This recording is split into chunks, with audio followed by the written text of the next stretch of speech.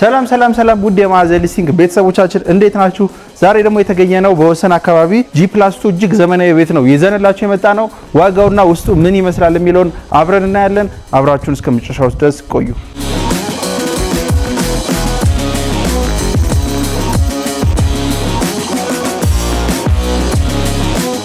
እሺ ተመልካቾቻችን እንግዲህ ጉብኝታችንን ከግቢው ስንጀምር እንደምታዩት ይሄንን የመሰለ የተንጣለለ ግቢ ነው የምናገኘው። እስከ 4 መኪና ድረስ ማቆም የሚችል እጅግ ሰፋ ያለ ግቢ ነው የምናገኘው።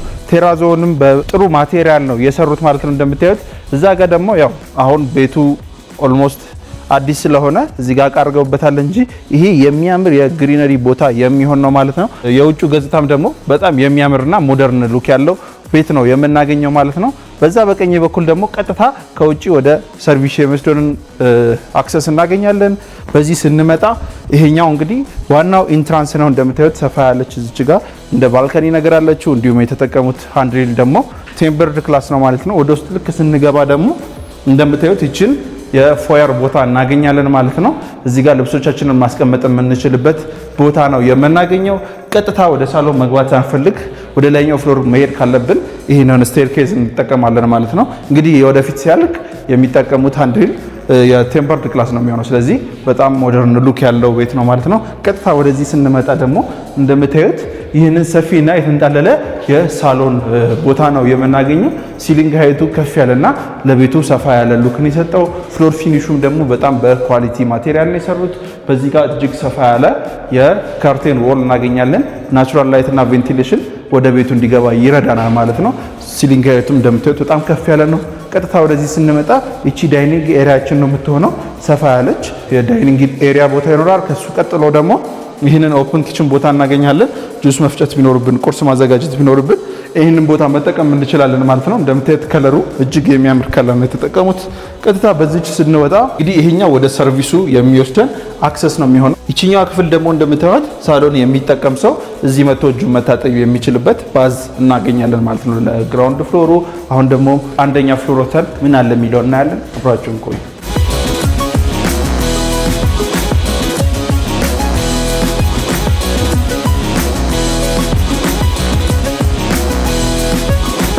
እሺ ተመልካቾቻችን እንግዲህ ወደ አንደኛው ፍሎር ስንወጣ ደግሞ የምናገኘው ይሄንን እንግዲህ ስፔሱን በደንብ ነው የተጠቀሙበት። እንደምታዩት ሁለት የልጆች መኝታ ክፍልና ዋናውን የማስተር ቤድሩም ነው የምናገኘው ማለት ነው።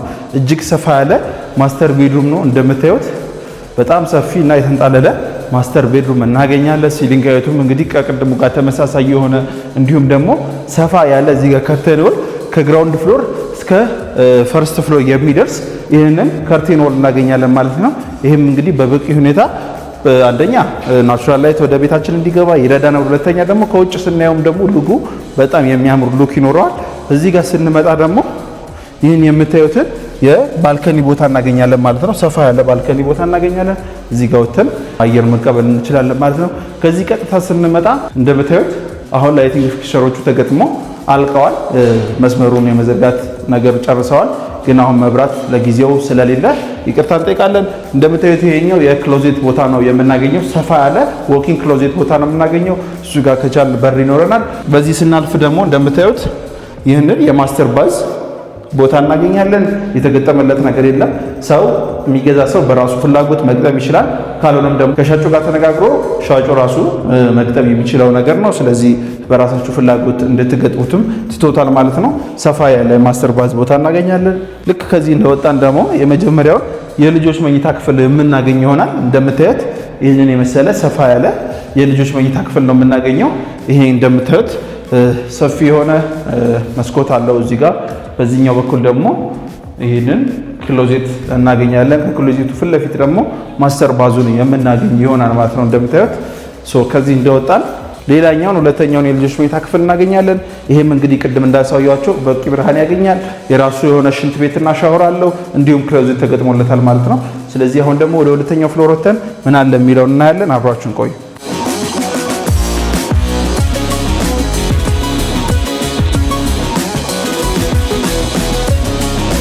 እሺ አሁን ደግሞ የምንገኘው ሁለተኛው ፍሎር ላይ ነው። ሁለተኛው ፍሎር ቴራስ እንዲሁም ደግሞ የተለያዩ ነገሮች አሉት። እስቲ ወደ ውስጥ እየገባን ይሄ እንግዲህ ፊት ለፊት የመጀመሪያ የምናገኘው ለፈለግነው ፐርፐስ ማዋል የምንችለው ፋሚሊ ሩም ወይም ደግሞ ሁለተኛ የሊቪንግ ሩም ሁለተኛ ሳሎናችንን ማድረግ የምንችልበት ቦታ ነው። ከፈለግን እንደዚህ ማድረግ እንችላለን።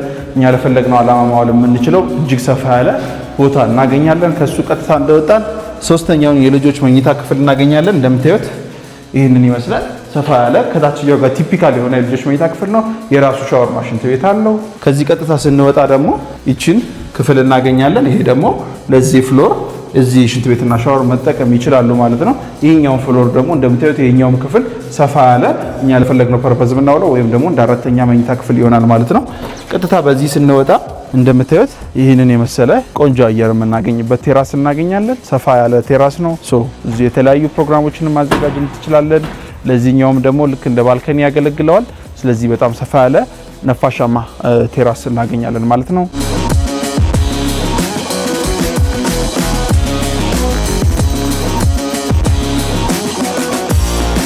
እንግዲህ ተመልካቾቻችን ዛሬ ያየነው ቤት ይህንን ይመስል ነበረ። ይህ ቤት የሚገኘው ወሰን አካባቢ G+2 እጅግ ዘመናዊ አዲስ ቤት ነው ማለት ነው። እንግዲህ የዚህ ቤት ዋጋ 47 ሚሊዮን ነው የሚባለው። ድርድር አለው። መታችሁ መደራደርና ማየት ትችላላችሁ። ስክሪን ላይ ባለው ስልክ ይደውሉልን። በቀጣይ ሳምንት እስከምንገናኝ ሰላም ቆዩ።